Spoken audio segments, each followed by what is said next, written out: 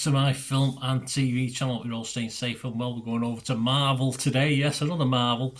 Yes, a bit more miss than hit with me, Marvel films over the years. But we're going to have a look at something called, well, the Fantastic Four. First steps, of course. Not the first step at the Fantastic Four. I wouldn't say I was overly enthused with three or four. Was there four of them? I can't remember how many there was now. At least three. Anyway, I can't remember being overly enthused by them. But let's have a look at this one, of course, based on Marvel Comics superhero team, the Fantastic Four. Yes, I used to read the comics as a kid. I used to collect DC and Marvel. I didn't have any real preference, probably leaning towards DC, but I like Marvel as well. And it's the 37th, yes, so we've had 36 of these buggers in the Marvel Cinematic Universe and the second reboot of the Fantastic Four film series. Kyle Smith of the Wall Street Journal said this about First Steps. He said it proves to be easily the best superhero movie of the year. What are we in? We're only in nearly August, but yeah, I know what I'm saying. I mean, it's good words, strong words. We had that many this year, but I think he liked it anyway. But Roger Moore from Movie Nation said it's gloriously over-designed joylessness. So yeah, there you go. I don't think Roger liked it very much. I don't think he scored it. Flipping heck. I mean, who's right, Roger or Kyle? Well, I don't know. We'll come down on one of the sides. I think one of them needs a holiday, preferably off planet with a bloke called Galactus. But we'll have to see about that. The film was directed by Matt Shakman. The lead players in this, the Fantastic Four, if you like, or might come five, who knows? Pedro Pascal, Vanessa Kirby, Eben Moss-Bachrach, and Joseph Quinn. And alongside those, you got such luminaries as Julia Garner, Sarah Niles, Mark Gatiss, Natasha Lyonne, Paul Walter Hauser, and Ralph Ineson.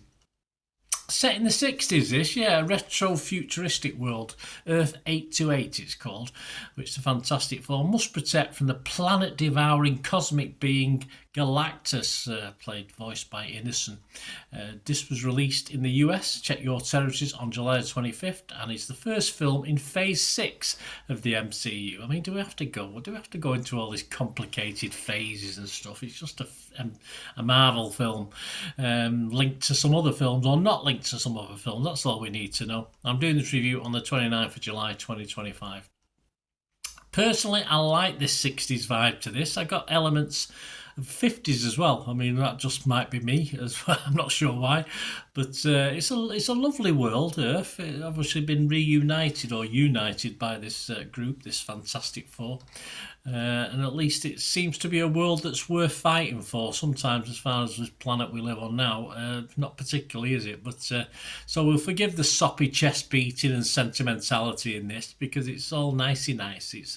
It's a lovely world that most of us would probably like to live in the way it is at the moment.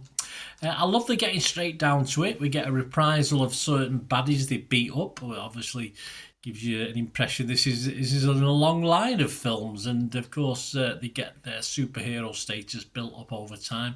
Heroes of Earth, Saviours of Earth, Guardians of Earth sort of thing.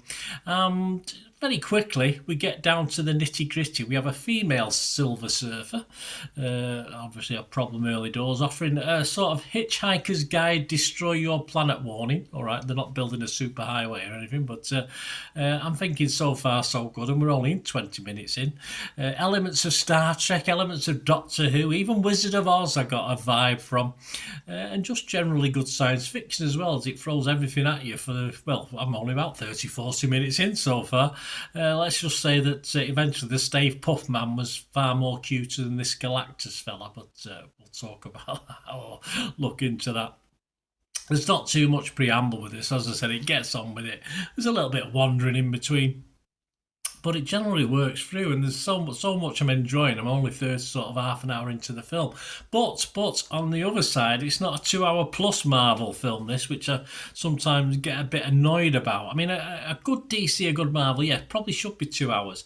But this is probably less than an hour and 40, take the credits out and stuff. So that is a lot to pack in, and they do it, and they get away with it for me. I quite liked how much they packed into this. and it's just a nice compact 1 hour 40 minutes. Although I'll be honest with you, I could have probably struggled with more for this. I wanted a little bit more.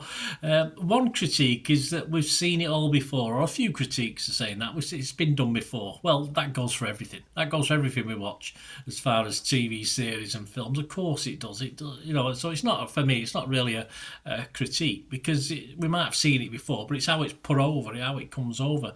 And this is just, for me, good, simple superhero fun and action. No complications of this planet of the UN or other countries getting all pissed off with the Fantastic Four. I mean, they're like dictators, really, but they're nice dictators, which make for a nice world. So, yeah, it's a bit naive, of course it is. Very naive, but this is Earth 828. It's not our Earth, so, you know, he gets away with it. And, of course, it could be dark, but that's not the aim of this film. It's not particularly, apart from a reasonably dark storyline with the baddie, of course, but as a, you know, a darker side to Earth. But at the moment, we want to save it. It's worth saving, and that's the whole point of the film, I think.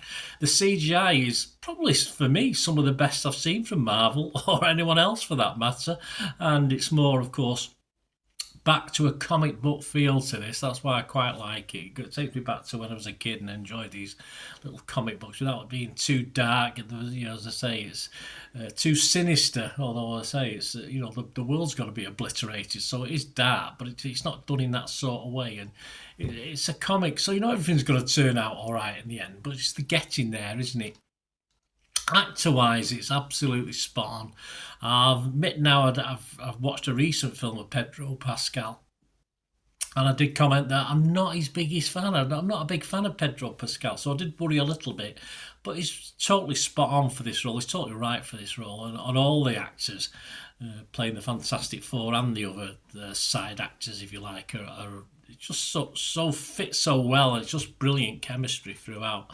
And there's also time for a bit of humour. There's not as much humour as perhaps you'd expect.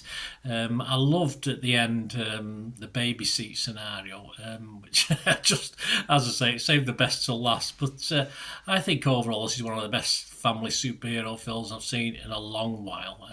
I'll expand on that in a minute. I've not seen Superman yet as I'm watching this, but seemingly that might be a lucky escape because it's not getting great reviews. But anyway, we'll see when I get around to watching that. Let's have a look at some of the other views and my views of their views. Johnny Oleksinski from New York Post, he wasn't fantastic on this. He said, this makes a slight improvement from the preceding trilogy of terror. Yes, there's probably 3 of them. But Marvel still can't nail what should be one of its premier attractions. He scored it just 38 out of 100. I think they nailed it pretty much spot on. With the comic book. As I say, it's a long time since I've read a Fantastic Four comment, so I might be totally sort of unmemorizing things that happened in those days, but I just think it does. I think it just nails it. Spot on for me. I can't agree with Johnny particularly. Peter Bradshaw from The Guardian was kinder. He scored it 60, which is a good score. He said, overall, a very silly movie. It is. Though it's keeping the superhero genre aloft. Yeah, I mean, it's not the superhero premise silly anyway, and it works. As I say, you see a lot more darker aspects of it, but it works on the comic style. Bradley Russell from Total Film scored this 70. He liked it. He said, Fantastic Four may not be the confident stride Marvel fans were hoping for, but at the very least it's a solid first step. Well, I agree. I'm just so glad we don't get any of this multiverse crap. I think that's absolute garbage. I mean, we've got it now. It's here to stay, but it's all right in the right context. I just think they overdo it sometimes. But I'm all in with Dan Jolin from the superb Empire Film Magazine.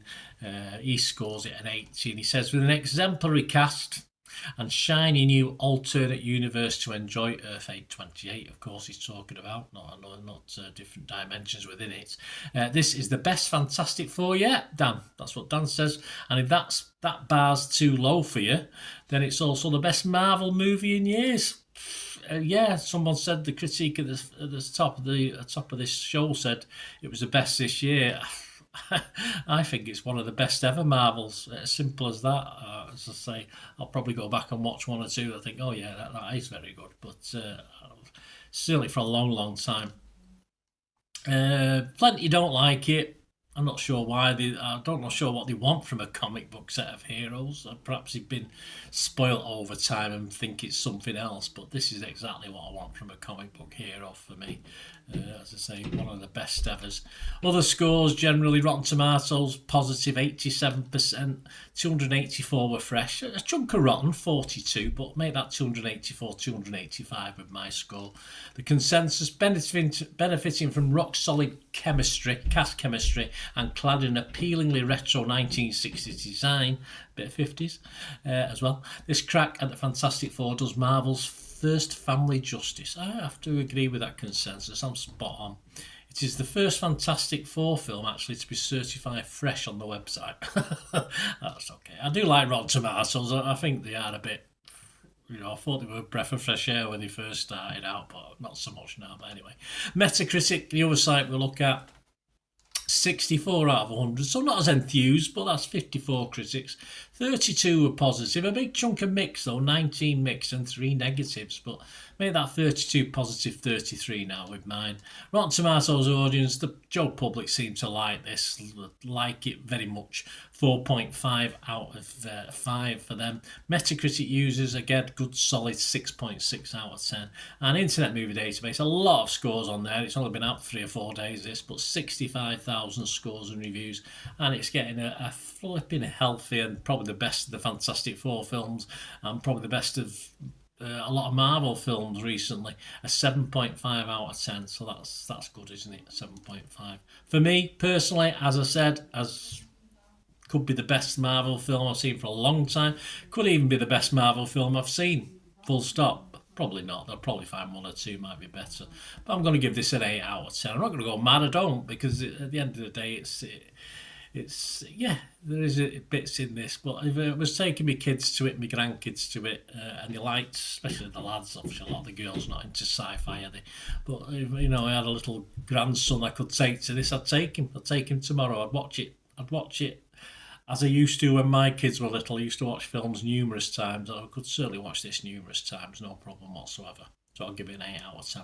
Let me know your scores, guys. It'd be great to hear your views, opinions, please.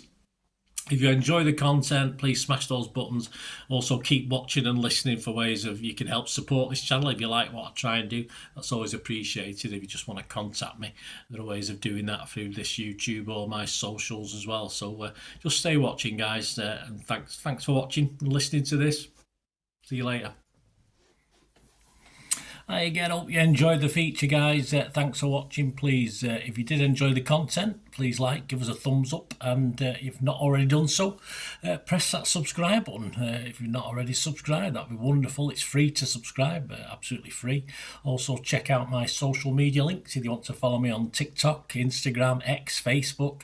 They'll all be in the description below. And my special thanks to supporters of the channel, yes, Piat6505, who have an eBay shop selling film and TV memorabilia, including posters, books, magazines. There'll be a link again in the comments section. And if you're into your football, don't forget my football stuff on Manchester City for general football fans, but mainly City fans, of course. Or if you know someone who might enjoy that, give them a kick in my direction. I'll be very, very grateful. And as ever, guys, comments on this feature is wonderful. Anything to do with film and TV, it's always very, very welcome. It's great to talk film and TV. I thank you guys for your support. Stay safe, everyone.